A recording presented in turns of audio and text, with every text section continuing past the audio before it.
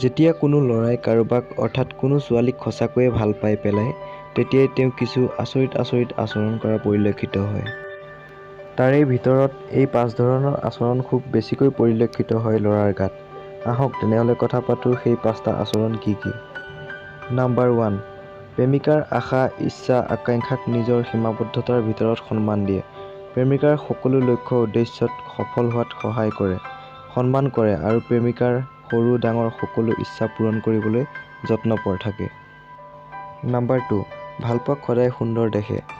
যেতিয়াই কাৰোবাৰ সৈতে গভীৰ ভালপোৱা আৰম্ভ হয় তেওঁ প্ৰেমিকাক সকলো ক্ষণতে সৌন্দৰ্যময়ী দেখে। প্ৰেমিকাৰ পাৰিপাৰ্শ্বিকতাকো সুন্দৰ অনুভৱ কৰিবলৈ আৰম্ভ কৰে। তেওঁ তেওঁৰ প্ৰেমিকাৰ বাহিৰে আন কাৰো গাত সৌন্দৰ্যৰ প্ৰত্যক্ষ নকৰে। নাম্বাৰ 3, নিজৰ সৰ্বোচ্চ দিবলৈ প্ৰস্তুত থাকে। যেতিয়া কোনো ল'ৰাই কাৰোবাক গভীৰভাৱে ভাল পাই পেলায় তেতিয়া তেওঁ নিজৰ সকলোখিনি উজাৰি দিবলৈ প্ৰস্তুত থাকে। নিজৰ ভালপোৱাগৰাকীক সন্তুষ্ট ৰাখিবলৈ, তেওঁৰ মুখত হাঁহি বিৰিঙাই ৰাখিবলৈ, সুখী ৰাখিবলৈ অসাধাৰণ কাম কিছুমানো কৰিবলৈকে কুণ্ঠাবোধ নকৰে।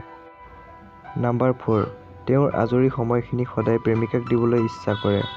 যেতিয়াই ল'ৰা এজনে কাৰোবাক গভীৰভাৱে ভাল পাই পেলায় তেওঁৰ আজৰি সময় অৰ্থাৎ নিজৰ কৰ্মব্যস্ততাৰ বাহিৰৰ সময়খিনি প্ৰেমিকাৰ সৈতে কটাবলৈ উত্তাৱল হৈ পৰে। অকলশৰে পাৰ কৰিবলগীয়া এটা মিনিট এক ঘণ্টাৰ দৰে দীঘলীয়া অনুভৱ কৰে। নাম্বাৰ 5, প্ৰেমৰ বাবে যুঁজিবলৈ প্ৰস্তুত থাকে।